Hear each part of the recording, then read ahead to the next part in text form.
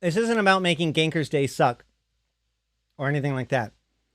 It's about ensuring that there is the maximum amount of play and counterplay in the game as possible. That's my goal. When I discuss about the design of things, my objective is to maximize the amount of play and counterplay in the game.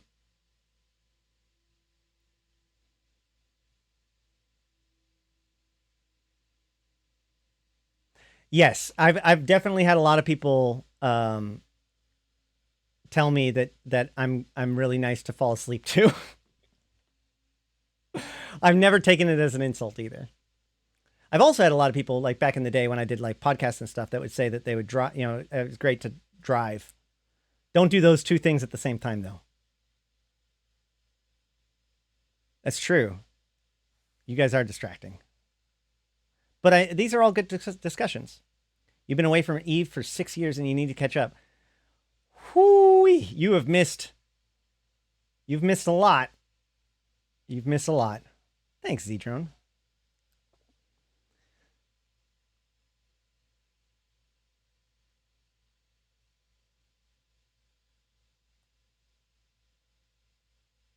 Counterplay to gankers is don't play. That's the issue. That's not true.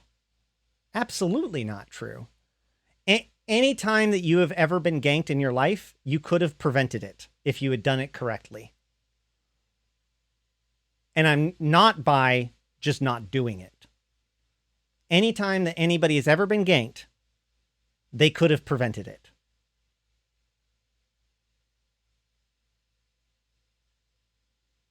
The best counterplay to gankers is a scout.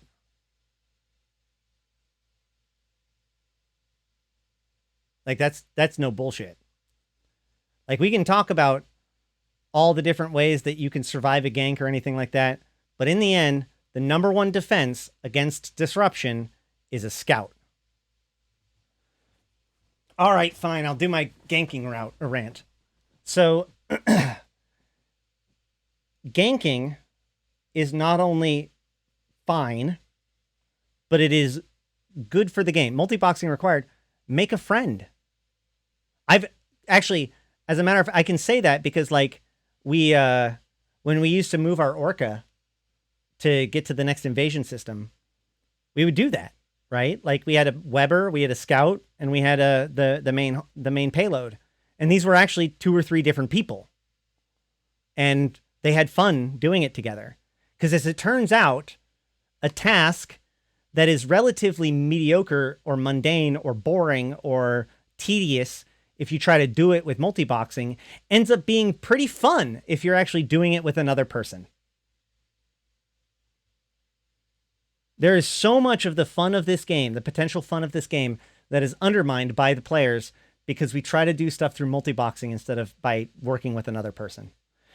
I always liken it to, what's it called? Overcooked, right? Overcooked is a game where you have to cook different meals. Now, the basics mechanics of the game is relatively simple. If you were to just have to go around and cook the stuff in order to get it right, it would become very boring very quickly. It is the act of attempting to do it while coordinating with other people that makes it more fun, that actually gives it its engagement, right? These are things, CCP provides us things for us to do together. And if you choose to not do it with other people, then that probably is the reason why it's not fun. It's an MMO. In fact, even things that you do solo is more fun with friends.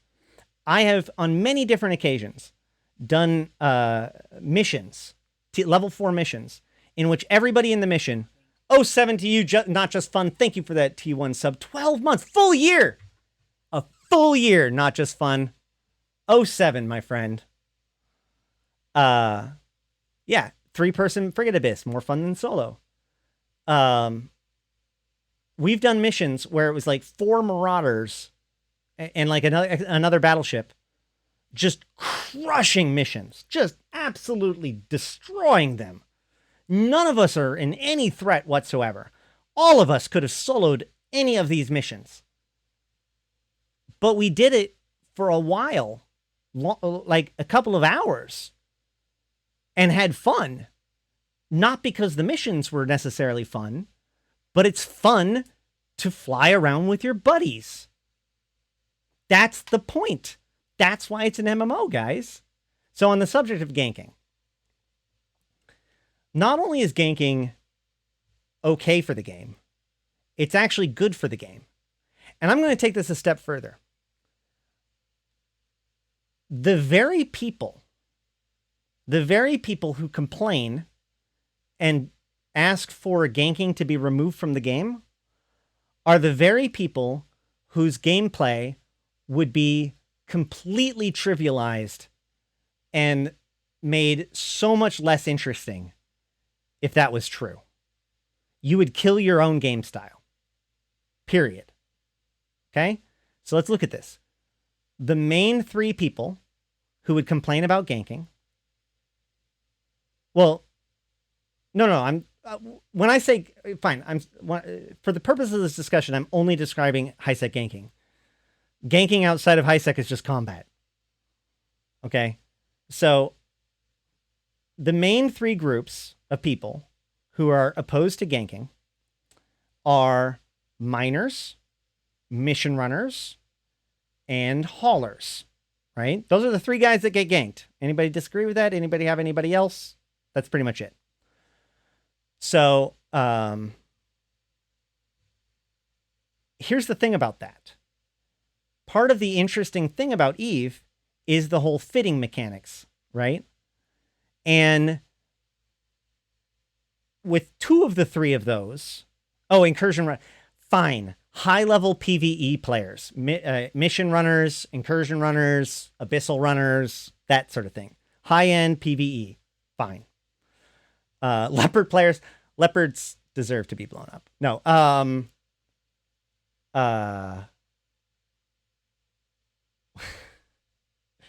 so, especially with mining. What about wormhole? If you got ganked in a wormhole, that's called getting killed. Like, whatever. All right, so let's look at mining ships. Okay, mining ships have a very simple concept for how to fit it. Right? Obviously, the highs are mining lasers or extractors, or what's it called? Strip miners. You know, your low slots are probably going to be mining enhancers. And your mid slots are going to be probably prop and, scanner and maybe some shield tank. And that's the point, is that if you remove ganking from the game, you actually remove the choice of what to use and how to deal with it, right?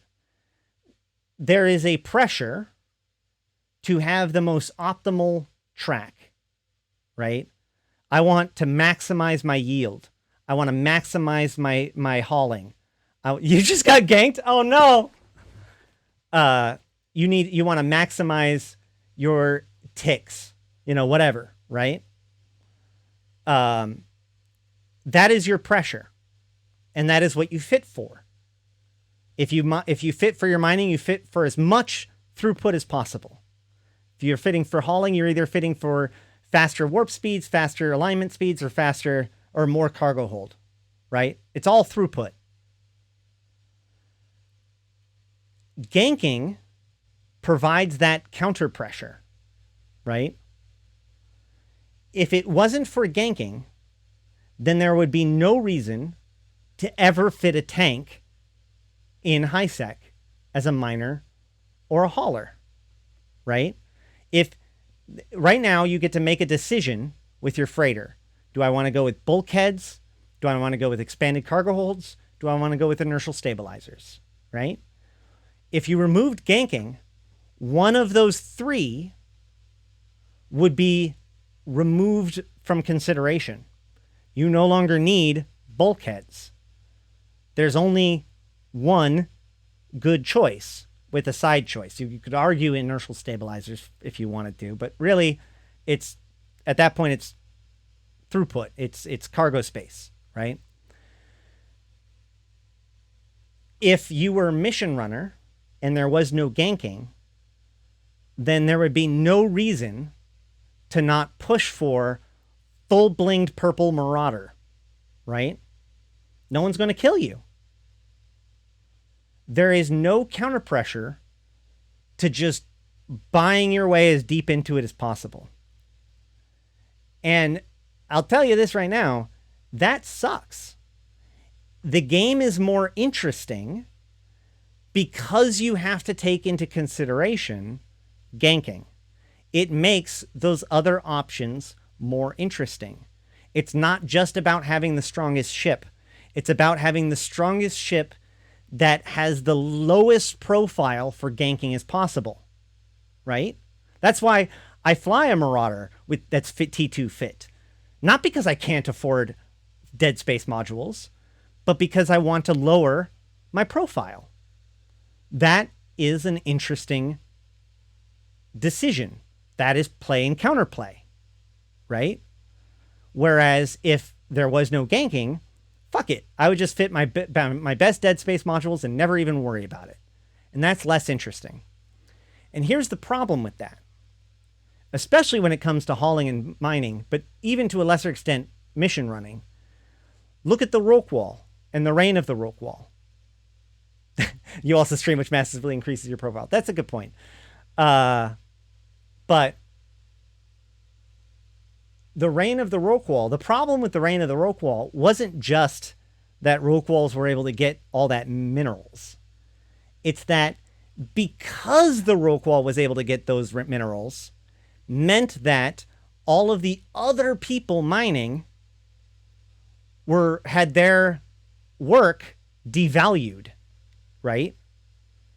One of the side effects of killing the rogue wall as a mining ship is that mining in high sec actually became more valuable because the rocks became more valuable because there wasn't a single class of ship that was mining twice as much as every other ship in the game combined, right? So if you allowed people to mine in high sec without any ganking, then you would be competing with people decked out in purples. You'd be competing with Hulks nonstop, right? It would actually be a bad idea to fly a skiff. It would be a bad idea to fit anything besides the absolute maximum throughput, and you're competing with those who do. By adding ganking into the game, you make the situation more interesting for everyone. And you even the playing field. Because you can only push it so far until you actually are just putting a too great of a risk on the field, right? You don't see a whole bunch of ore miners in high sec so much, as certainly not as many as you would if ganking didn't exist. If you want, yes, hey, what's up, Scott? If you wanted to, is it that hard to find where I am? So this is what I mean by, like, as a miner, as a mission runner, as an incursion runner, as a hauler, dealing with ganking is your gameplay. Like it or not. That's your threat. That's the thing that makes the activity interesting to you. If you don't want high-sec ganking, or more importantly, if you want to see the effect of having no high-sec ganking, go check out Echoes. Eve Echoes. Right? Like, I don't use the hauling service most of the time if I play Eve Echoes. I just hit the destination I want to go to. I set destination to Jita and then hit autopilot and then don't even worry about it. I know I'm going to get there just fine. That is fine, but it's boring.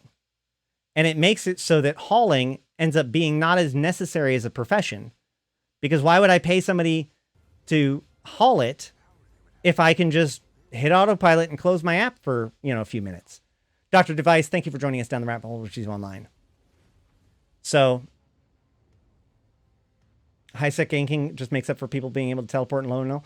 I used to say back in the day when people first started to complain about how they couldn't roam around and find fleets to fight anymore, I was like, well, if everybody just uses magical teleportation devices to get to their target, of course you're not going to run into any fleets roaming around because there's no fleets traveling to their destination. They use magical teleportation devices. No, I'm not saying that my argument is based on Eve Echoes. What I'm saying is that you can look at Eve Echoes to see the effect because Eve Echoes doesn't have ganking. Everything else I just said about the play and counterplay and about the making interesting decisions about having to deal with ganking, that all is independent of Echoes, and I've been saying it long before Echoes even existed. Here's the thing. I recommend people treat ganking like the weather, okay? You run a transportation business. You run a mining colony. You run, I don't know what a mission running would be, but most of the time it's fine. It's nice and sunny, whatever. Occasionally, there's storms. And those who brave the storms often will get hurt. They'll lose cargo. There'll be problems, especially if that storm happens to be a hurricane, right? And then there are people who specialize in being able to operate regardless of conditions. Purple or pink? Purple.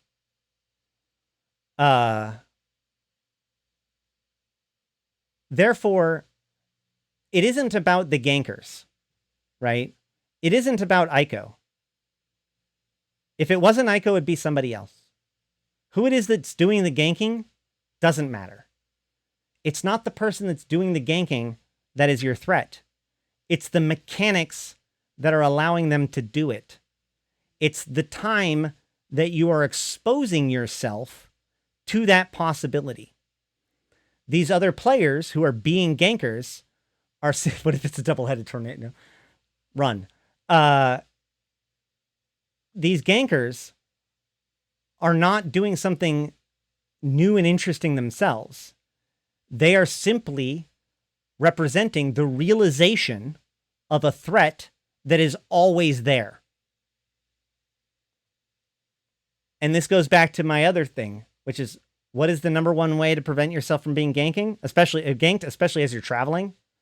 Just have a fucking scout. That's it. Just have a scout. Do the right thing. Pay attention to your routes. Pay attention to what's going on. If you don't want a scout, if you think that requires multi-boxing or making a friend, at least go check Z-Kill. Pre-clear your route. Grab a shuttle and go and run the route yourself to make sure there's nothing crazy going on. Pull up Uedema Scout. There are solutions to the problem. And that's the whole thing, is that video games and gaming in general is about making interesting decisions. And EVE Online in particular is about solving problems. So ganking is a problem. The threat of ganking is a problem. There are solutions for that problem. And those who apply the solutions beat out those who don't. The goal here isn't to stop people from ganking. They're going to do it. It's to make it sure that they gank your enemy and not you. Period. I've had it where I went into Uedama. I had Ash as my Weber, and I had a freighter because I don't listen to my own advice, and I was multi-boxing it. I jumped Ash into Uedama with my Daredevil, and then went to go anchor, zero up on the gate, and one of the dudes took a shot at my Daredevil. So I jumped back through to the other system, and then as soon as my freighter landed, I webbed it off to warp off to the station and docked up and went and decided to chill out for a few minutes as my shaking went away, right? That was it. If I hadn't have had that scout, if I hadn't have had my webbing alt there, I would have died. But I didn't. I was prepared. And because of that, I lived. I've even had it so crazy that I've had it so that Uedama was was being dangerous one day. There were gankers there, but I had to get through it. So what did I do? I posted up and cloaked at a perch overwatching the Udama gate. And I sat there and waited. And when I saw somebody else come in and get ganked, as soon as I saw him getting ganked, I decloaked, warped to the gate. When the gank was over and everything was killed, I immediately jumped my freighter in, webbed it off, and got through. Because I knew that all of the gankers were the ganking guys were busy. They already had criminal flags and then been destroyed by Concord. You have a window of opportunity. Now, sometimes they may have a backup squad. You got to keep an eye on for that. Keep an eye on local. But see, all of this is interesting gameplay that would not exist if ganking didn't exist.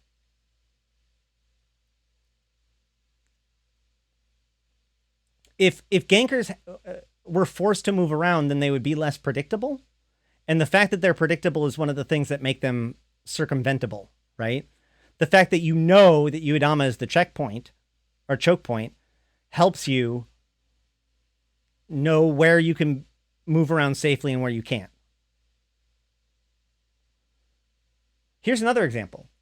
One of the reasons why Convocation of Empyreans is set up the way it is and why we focus on what we do is because if we can sell on the trading to and from Jita requires us to go through Udama, which is a big cost for us, right? Your strategy requires a second account. Again, I could have, if I didn't, I've actually done it with a single account before. You ready? You dock your freighter up, and then you hop into a Corvette, and then you jump into the next system, and you look around to see whether or not it's in a dangerous state. And if it's fine, if the coast is clear, go back, grab your freighter, and get through it.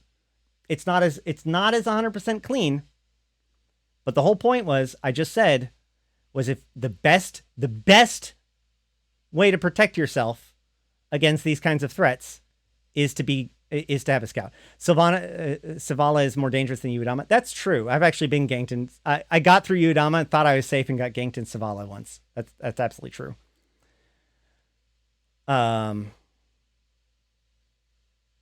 Yeah, you can also, that's another good one.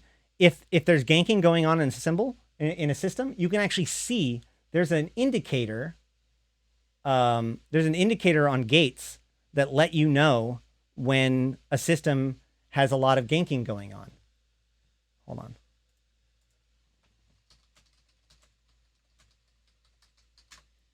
Can I find it?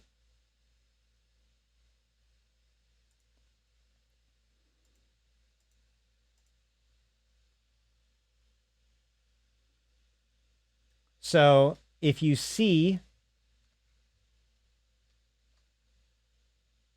this red triangle, how about you don't jump in? That's a thought. How about you check Z-kill? There's an idea.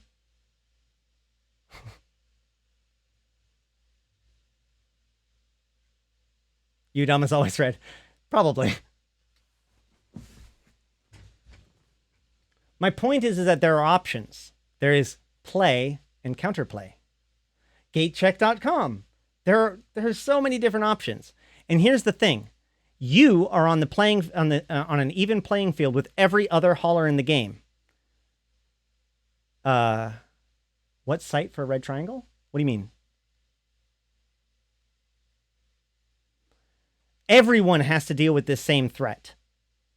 So the people who deal with it best are the most successful. That's a good point. You could just YOLO through and realize that content's just content. That's an option too.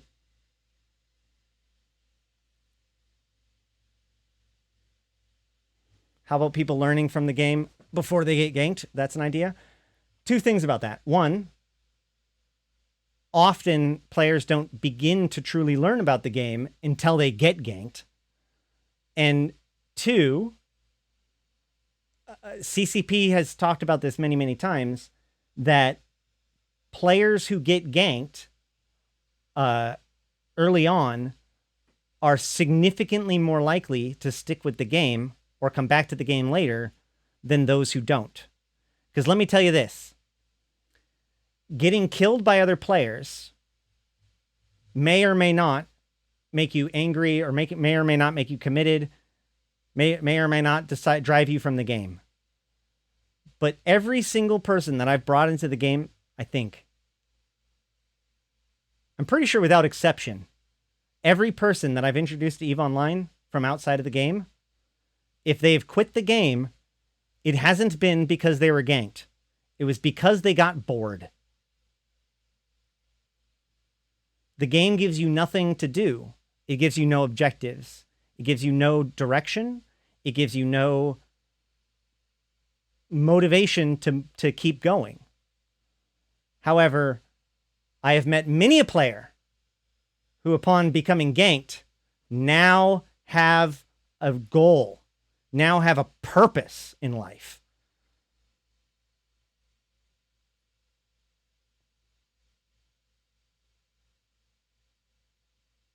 Oh, yeah, I miss Gory.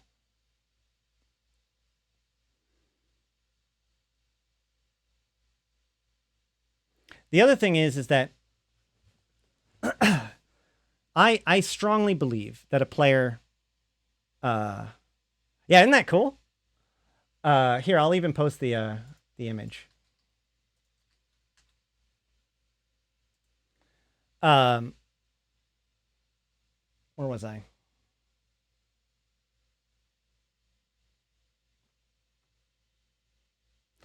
So, in my opinion, and I don't have evidence of this, but I will say that we've gotten reports that on average, it takes a player 2 to 3 tries of EVE Online before they really stick with it, right? Nth Dimensional is the shit. Go ahead and follow that dude. He's the one that brought up the gate thing.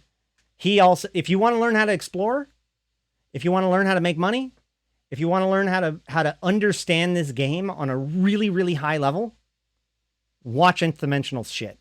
Go to his YouTube, check it out. He does some of the coolest content, like when it comes to exploring and, just hot shit stuff, I should say. And he has tutorials about a lot of it on his YouTube and stuff like that too. So absolutely go ahead and make sure to check out Nth Dimensional. If you go to my YouTube, he's one of the recommended channels on my YouTube too. So either way, the average player takes 2 to 3 times before they really stick with the game.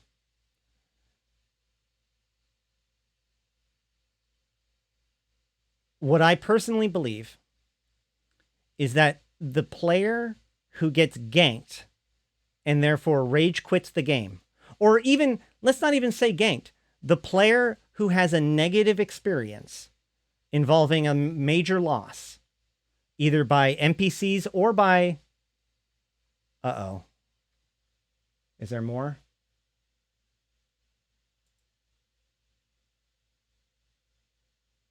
Wait, what? Read news? Oh, because I haven't gotten around to it? Shh. Wait, is this the right one? No, this is the other one.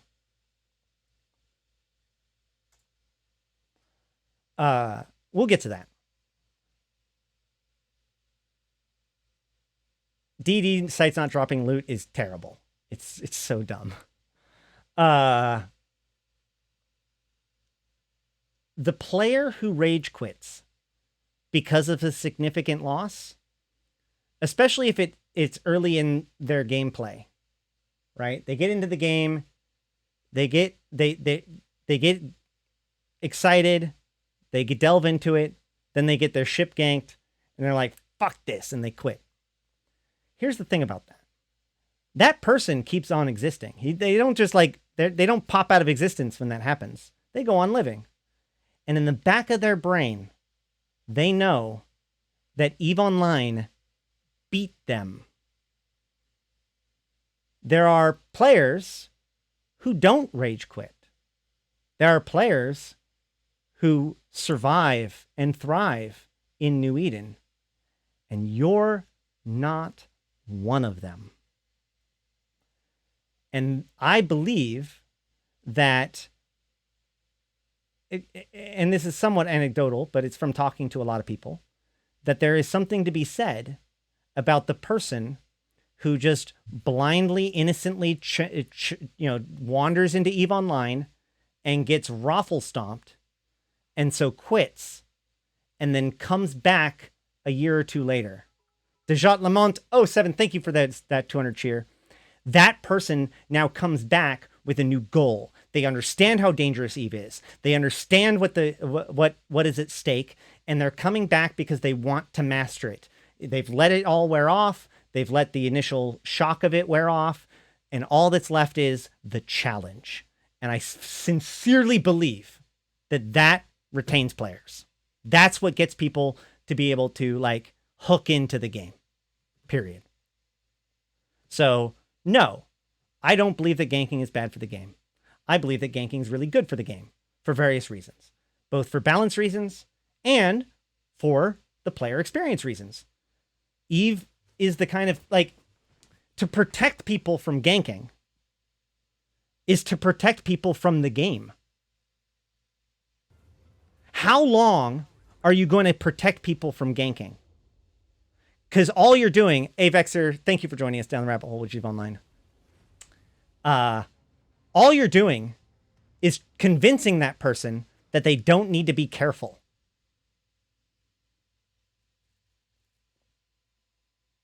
I think that you're underestimating them. Hold on, Bowfingers.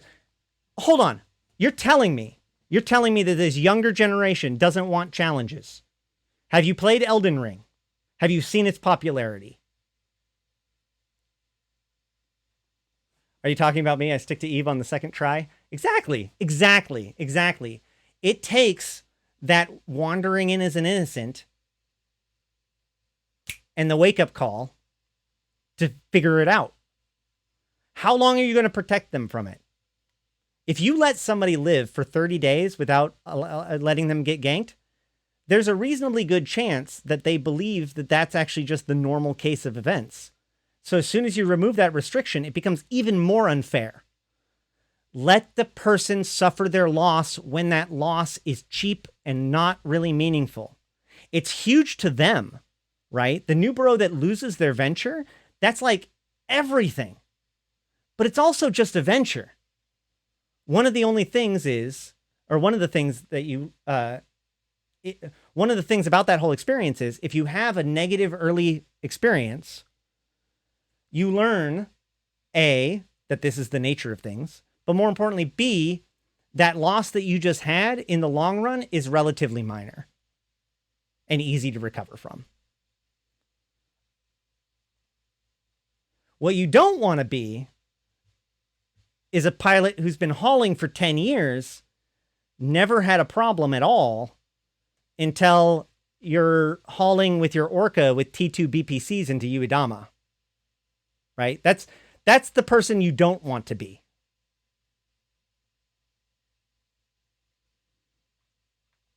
My oh shit moment was joining a nullsec group too soon and to have them dissolve under my feet 2 weeks later. Yeah, when I first joined the game, I was pulled into a nullsec group within the first month. It was miserable because I didn't have the skills to do anything. And then, yeah, ventures are really easy to protect from ganking unless you don't know how or don't know you need to.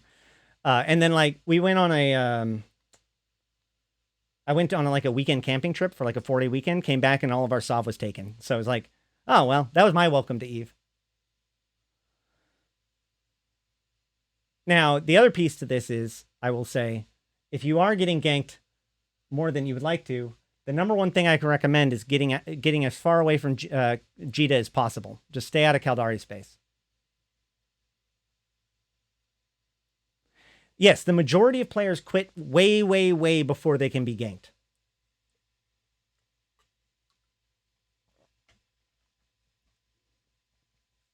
But I mean, one of my buddies played the game for 30 days and then he quit. But he protected himself from being ganked that whole time. And by the end of it, he was bored. He actually got trapped into this whole thing about like, this is a very common thing. I want to get into PvP. But in order to get into PvP, hold on. Dr. Device linked something. In order to get into PvP, by the way, if you want to link something, just ask first. and we'll give you permission. Yeah, definitely still have a bone to. Oh my god, I've ran into so many people that like joined Edencom and fought against the Triglavians, not because they wanted to protect Highsec or anything like that, but because they got ganked by Rasnaborg when they were young and now want to kill every fucking triangle they find.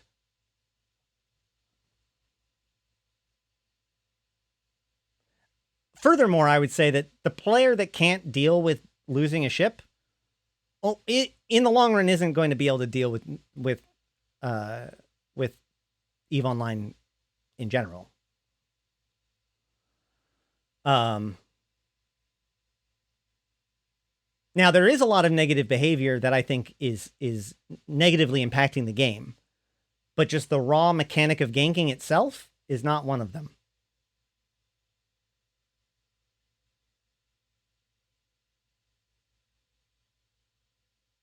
Oh man, Jita, I worked on Niarja for about a year before it ever went up. Before it ever went active. Literally, as soon as we got the message, as soon as we got the XCZ's data streams, I was starting to contact every major pirate group and null group and all that stuff, and asking them about, so what are you going to do in Chapter 3? They're like, oh, well, it's just stupid PvE stuff. Rah, rah, rah, rah, rah. And like, especially after Rarvos, because it was like, that was what woke everybody up to what was happening. And it was like, well, I mean, it's cool and all that they're making nullsec stuff, but rah, rah, rah, rah. And then I would just ask the question, what are you going to do when Niarja goes live? And they go, And then I would teach them the mechanics, at least enough, so that way they could fight over Niarja. Because I knew that Niarja was going to go live. I knew it was going to go liminal, or at least it was going to be able to proceed. It was literally, out of the entire invasion systems, it was the only system that was basically 100% guaranteed to progress. One way or another. So I was trying to like put little bugs in people's ears for months ahead of time to prepare people for the idea that Niarja would go liminal.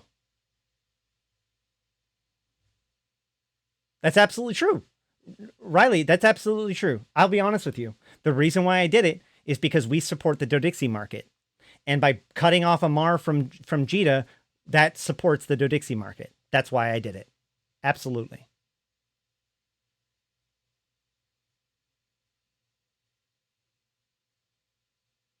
EVE players identify with their ships, so when they lose it, they subconsciously take it personal. Well, it's also progression, right? Like they worked hard for that ship. They feel like they've made progress. And it isn't very common in video games nowadays that you can actually lose progress.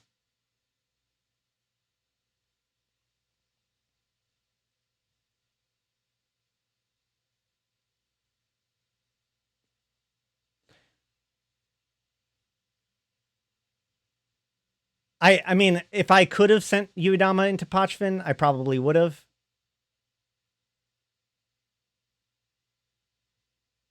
But at the same time, I also did want...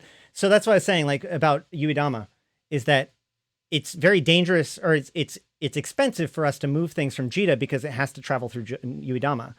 But by having our manufacturing centers on the Dodixie side, it allows us to support the Dodixie market, and then the Uedama becomes a shield for us against our competitors.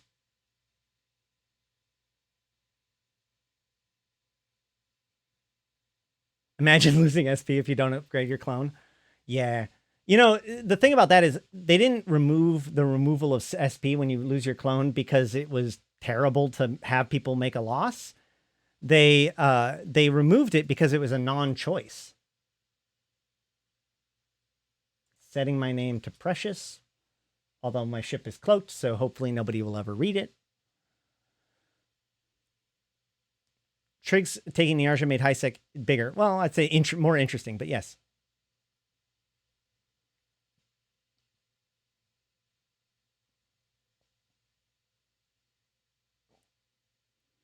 The mechanic per se wasn't bad. Yes.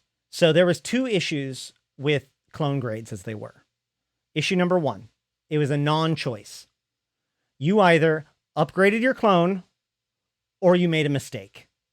That's not a real choice, right? That's just a thing you can fuck up. Problem number 2 is the escalating price of clones made it so that people were increasingly reluctant to go fight with their character. I actually had a guy in our corp, well, I'll just say Fyridian, right? Like from Hydrostatic. He had a huge amount of SP, even back then, over 100 million. And so if we weren't flying around in T2, he likely wasn't even going to show up and fly. Why? Because his pod cost him more, his clone cost more to upgrade than the ships we were flying. So while all of us are like, oh, I've only got 12 million on the line, he's like, yeah, I've got 90. So it made him more risk averse. And it wasn't just him. That I'm just using him as an example, but that was one of the things that ended up becoming a problem. And so in the end, clone grades had to go. Because like I said, there was no interesting decision. If you could upgrade it one way versus another way, if you could have a clone grade that trained faster, but lost SP if you died, that would be an interesting choice. Just upgrade your clone grade or lose SP is not a choice. He could fly in an ult. Yes, he could. Absolutely. But again, you're now discouraging people from flying their guys. The more skill points you have, the more discouraged you are from flying and fighting. That doesn't sound right to me. That sounds like bad design.